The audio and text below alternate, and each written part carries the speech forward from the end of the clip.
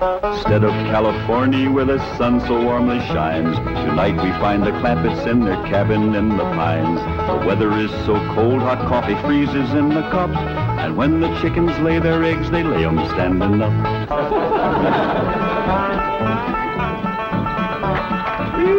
Doggy's gonna be a cold one tonight.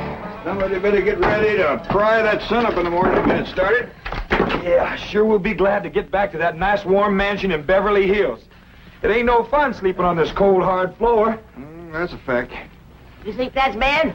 You ought to try sharing a room with that wild daughter of yourn. Well, leastways, you got a bed. That ain't a bed. That's a nest, a roost, and a den and a hutch all in one. Is them animal friends of Ellie's still coming in at night, Granny? Everything that can get through the window. Why don't you shut the window? Because I can't sleep without fresh air. Especially with that third party in bed with us. What third party? Ellie, can you come out here and bring your friend with you? Yeah, Granny? Don't you worry about it, Granny. I'll chuck it out. Whatever it is, you got to get your sleep. Did you ask, Granny? Your pa wants that polecat. Give it to him. Now, wait a minute. Don't point that thing at me. You don't want to get drove outdoors on a night like this.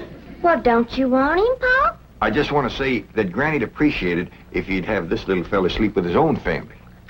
All right, I'll go get the others in. No, outdoors with his family. Otherwise, when we go to California, they might not take him back in. And if a skunk ain't welcome with his own family, he just about ain't got nobody to turn to. All right, I'll put him out the window. Uncle Jed, why can't we go back to Beverly Hills right away? Reckon we can tell him the truth, Granny? I reckon he's big enough. Well, you see, we promised your ma we'd stay here and help her till she gets herself married to Mr. Brewster. Well, how long will that take? Well, it hadn't ought to take long. She's got him boarding in your room now where she can get at him. Pearl told me tonight's the night. She's gonna feed him into a stupor, then set him in the parlor and sing to him until he proposes. It's a powerful combination. Pearl's cooking and singing. Yeah. If he can get got, Pearl will get him. Ain't that a precious picture? Niagara Falls, where the honeymooners go. Understand they're having special winter rates there now. I think I'd better turn in. I've got to get up awfully early. No. You sit down and relax. Jethro and me's got a special surprise for you. It isn't food, is it?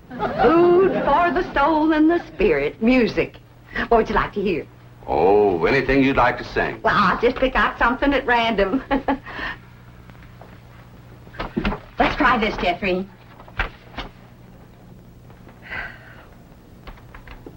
Oh, promise me that someday you and I will take our love together to some sky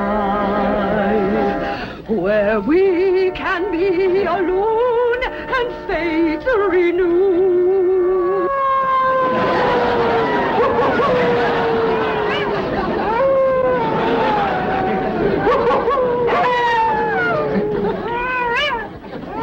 Uncle Jed. Uncle Jed. What's got them wolves so stirred up tonight? Oh, but something sure is setting them off. Blink and sleep a wink. Go to the right, Granny. Go to the left, Granny. Boom. Them wolves keeping you awake too, Granny? Hey, sure is. Howling goes right through you. It ain't their hollering that's getting me. They're snoring. Look for yourself. Ellie's got two of them under the bed. Granny, we gotta get that girl back to Beverly Hills. She's going right back to being a wild cougar. What y'all all doing out here? Trying to keep warm. Sure it's cold in there without you, Granny. Mind if I join you? I reckon so, if you don't mind a little human company for a change. Uncle Jed, we just gotta get ourselves back to Beverly Hills. We will, Jethro, as soon as your ma gets proper hitched to Mr. Brewster. Bless you. Oh, Pearl, give it all you got tonight.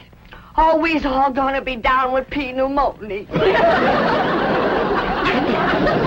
Just a song and at twilight, when the lights are low, and the flickering shadows softly come and go.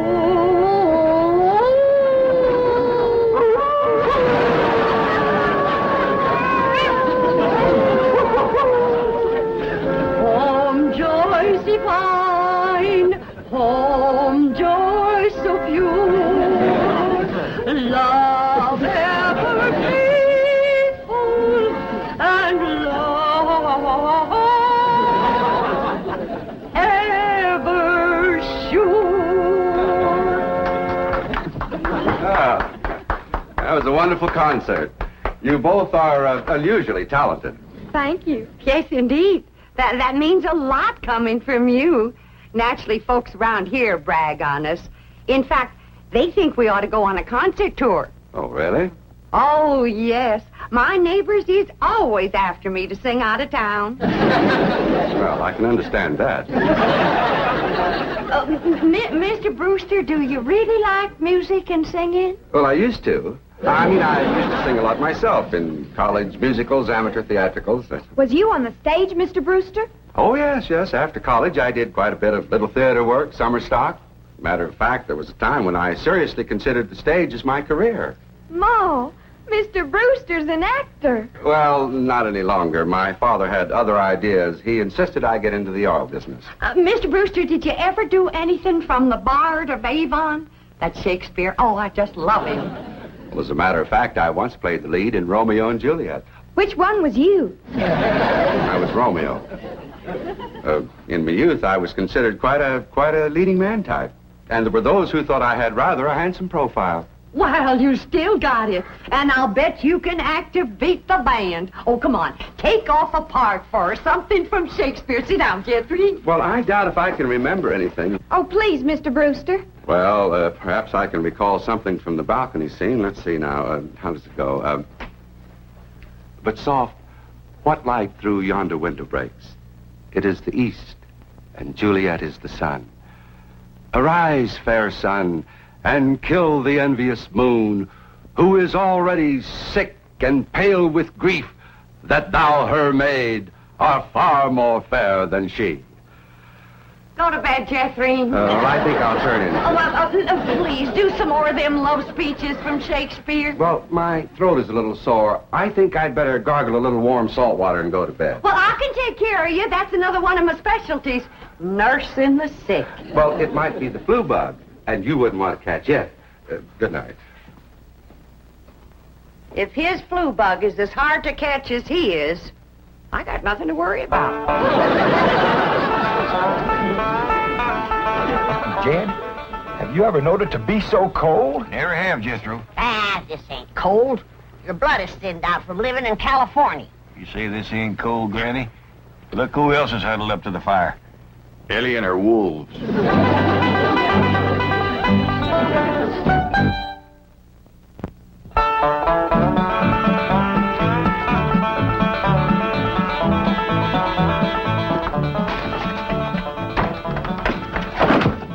Still cold this morning, Granny. Cold?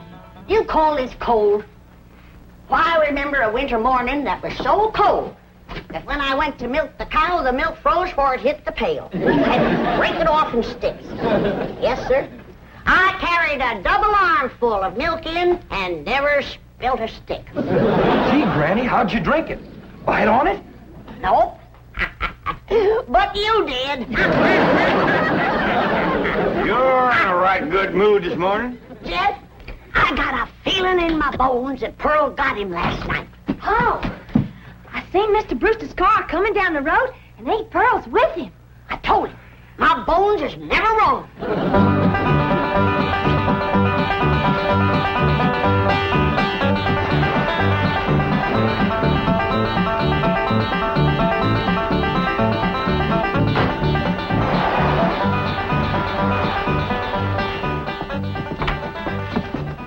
When's the wedding, Hi, Pearl? Ma. Be there in church? Yeah, let's see your ring, Pearl. You want me to carry Mr. Brewster over the threshold for you, Ma? She don't look too happy. She don't sound too happy neither. Oh, all women folk cry when they're about to get married. I didn't get him. Oh. Did you try your best, Pearl? Oh, Granny, I throwed the book at him. Cooking, sewing, singing. I even nursed him through the flu. Got him well in 5 minutes. But he didn't propose. Jed, you go out there and do your duty to your female cousin. Ask that city fella what he'd rather get, married or buried. Now, Granny, I don't hold with getting folks married unless it's willing. Pearl's got enough willing for both of them. If you're going to make a liar out of my bones... Yeah, I'll have a talk with Mr. Brewster. Where'd he go, Pearl? He said he was going to park the car on the warm side of the cabin. But he must have run off. After him, everybody. We'll head him off at the pass and shoot him down like a dog. Now, you hold on. You ain't shooting nobody down. Just simmer down. Why, he didn't run off at all. Except we'll need you, Ellie, to get him back in here. How come? Looks like a couple of your friends are sizing him up for breakfast. Well,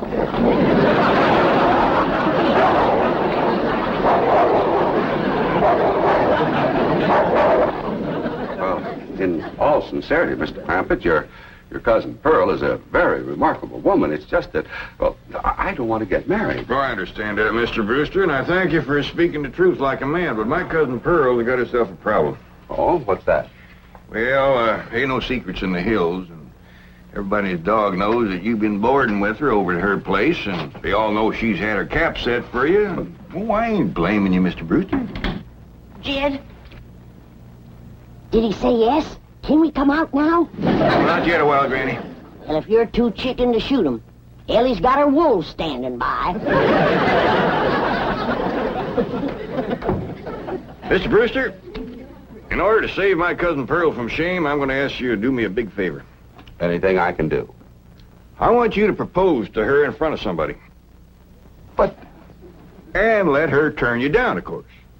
oh, I see. Of course, yes, that'll save face. Pearl will know that she's supposed to turn me down. Oh, sure, we'll have an understanding with Pearl. Now, the one I think you ought to propose in front of is Elverna Bradshaw. You know, Mr. Clampett, this idea of yours is quite inspired. Oh, just a notion. You see, Elverna is the biggest gossip in the hills. No, really, it's brilliant. It combines drama, pathos, suspense. It has a happy ending. Great third-act curtain. It's real theater. Of course, you'll have to be convincing, so Elverna will... Convincing? Why, I'll give a performance that the people of these hills will remember as long as they live. Well, just so that... When Pearl Bodine turns down my impassioned proposal of marriage, there won't be a dry eye in the house. Elverna, don't cry easy. Oh, well, now, surely you're not going to waste this dramatic scene before just one person. Well, I reckon Elverna's daughter... I've got it. I've got it. The movie house where Pearl plays the piano. You want to propose there? Well, it's perfect. Everybody in town will see it. I want to kind of shame you to be turned down in front of all them people. Well, it's just a performance. I've learned one thing in the theater. An actor always gives a better performance in front of a full house. Well, doggies, that sure is nice of you. It's my pleasure, Mr. Clampett. Mrs. Bodine, Granny, come on in. Come on in, everybody. How about it, everybody? I reckon we better let Mr. Brewster tell you what's going to happen. Well, tonight, at the movie house, Mrs. Bodine, while the whole town looks on, I'm going to ask you to marry me.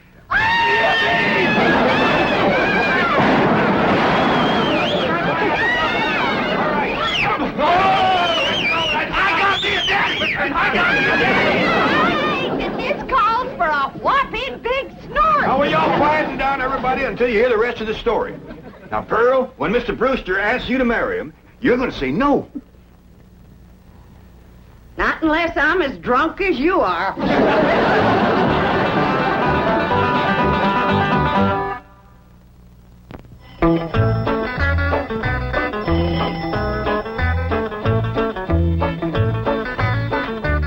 Howdy, Pearl. Evening, Pearl. Evening, Granny. Jethro and I want to head down to the theater to get a fire going in the stove. Where's Jethro, Aunt Pearl? Why, she's in her room getting dressed. Go on in and see her. Granny, what happened to your mink coat? This is it. tonight's kind of special, so I'm wearing the pretty side out. You sure got your pretty side out tonight, Pearl? Oh, I tell you, Jed, I'm as nervous as if I was going to get a real honest-to-goodness proposal. And it would be real if your cousin Jed would do his duty and hold a shotgun on that fella, Brewster. Now, ladies, let's settle for what we got. This way, Pearl can come to California without nobody saying she left town in disgrace. Good evening. Good evening. Ain't you dressed up? That boiled shirt makes your face look kind of dark. Well, as a matter of fact, I'm wearing a little theatrical makeup. Mrs. Bodine, how would you like some pancake on your face? How'd you like some sweet potato pie on yours? Fetch me some hot possum grease, Pearl, and I'll fling it on her. Now, ladies, you misunderstood me. Pancake is a type of makeup we use in the theater. An actor, like myself, would feel positively undressed without it. I thought you was oil man. Well, that's my business. But at heart, I shall always be an actor. Say now, speaking of acting, you two got it figured out what you want to say? Oh, yeah, we rehearsed 12 times. Mr. Brewster will be sitting on the front row, and when the picture's over, he'll jump up and he's... Excuse me. I've been thinking about that. I believe it would be more effective if I made an entrance. Entrance? Yes, I'll come down the aisle. Oh, all right. And then Mr. Brewster's going to say, Mrs. Bodine, don't go to California with your cousin Jed. Stay here and be my wife. I've been thinking about that, too. After a big entrance down the aisle, that's going to seem like a pretty flat opening speech. Well, you just say what you want to say. All I got to say is, no, I won't marry you. If that's Homer Winch, I'm going to hit him right in the head.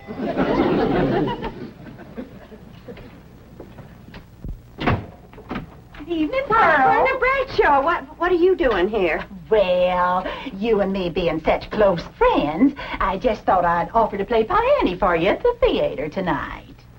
Why? Surely you're not going to show up and have folks whispering behind your back all during the picture. What in the world would they be whispering about? Pearl, I'm your best friend.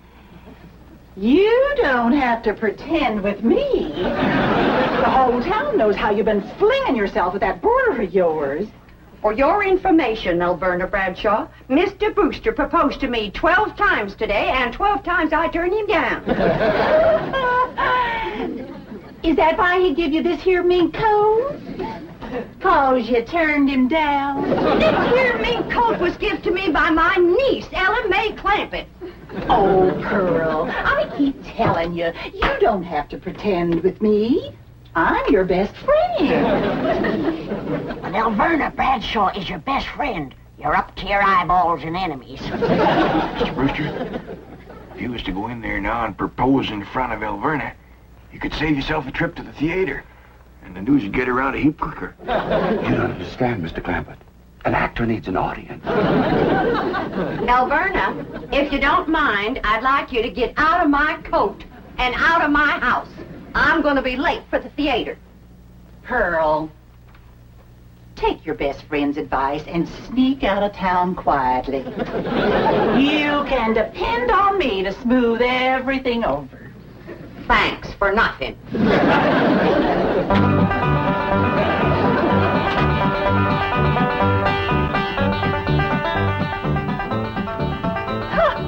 Farewell performance is right. I reckon she'll sneak out of town in a hurry if she ain't already snuck. Mind you, Pearl's my best friend, and I ain't one to talk, but...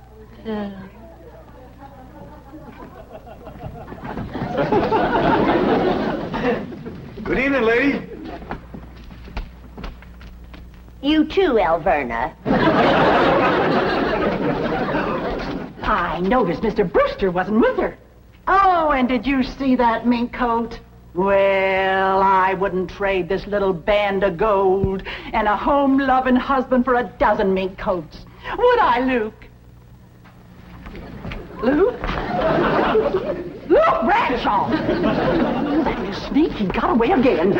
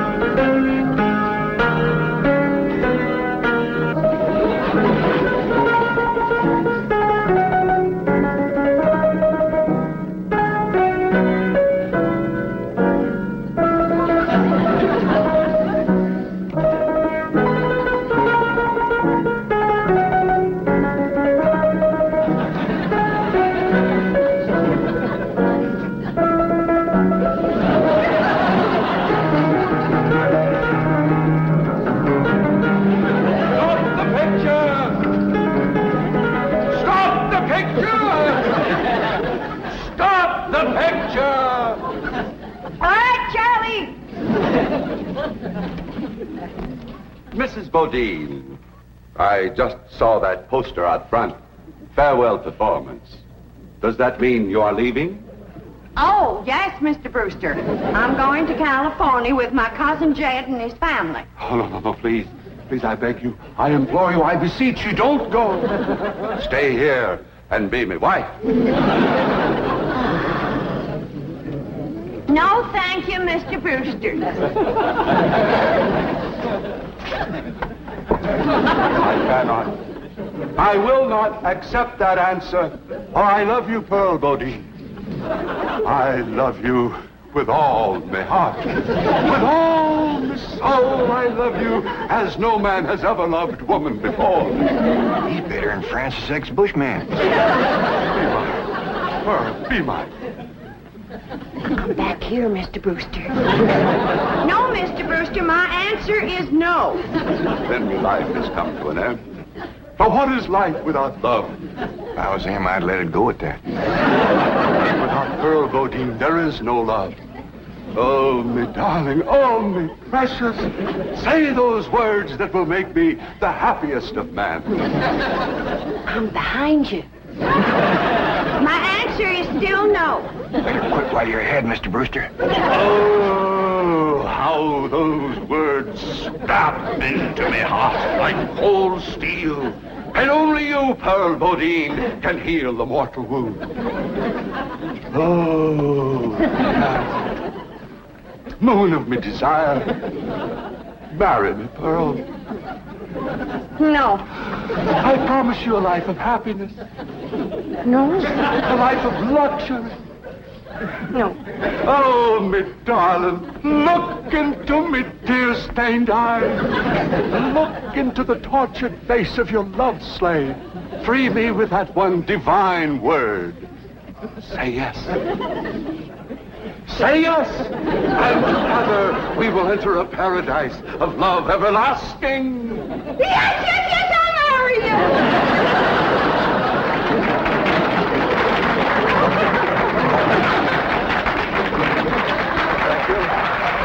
Thank you very much. Did you say yes? Yes. I haven't said yes. I was ready myself.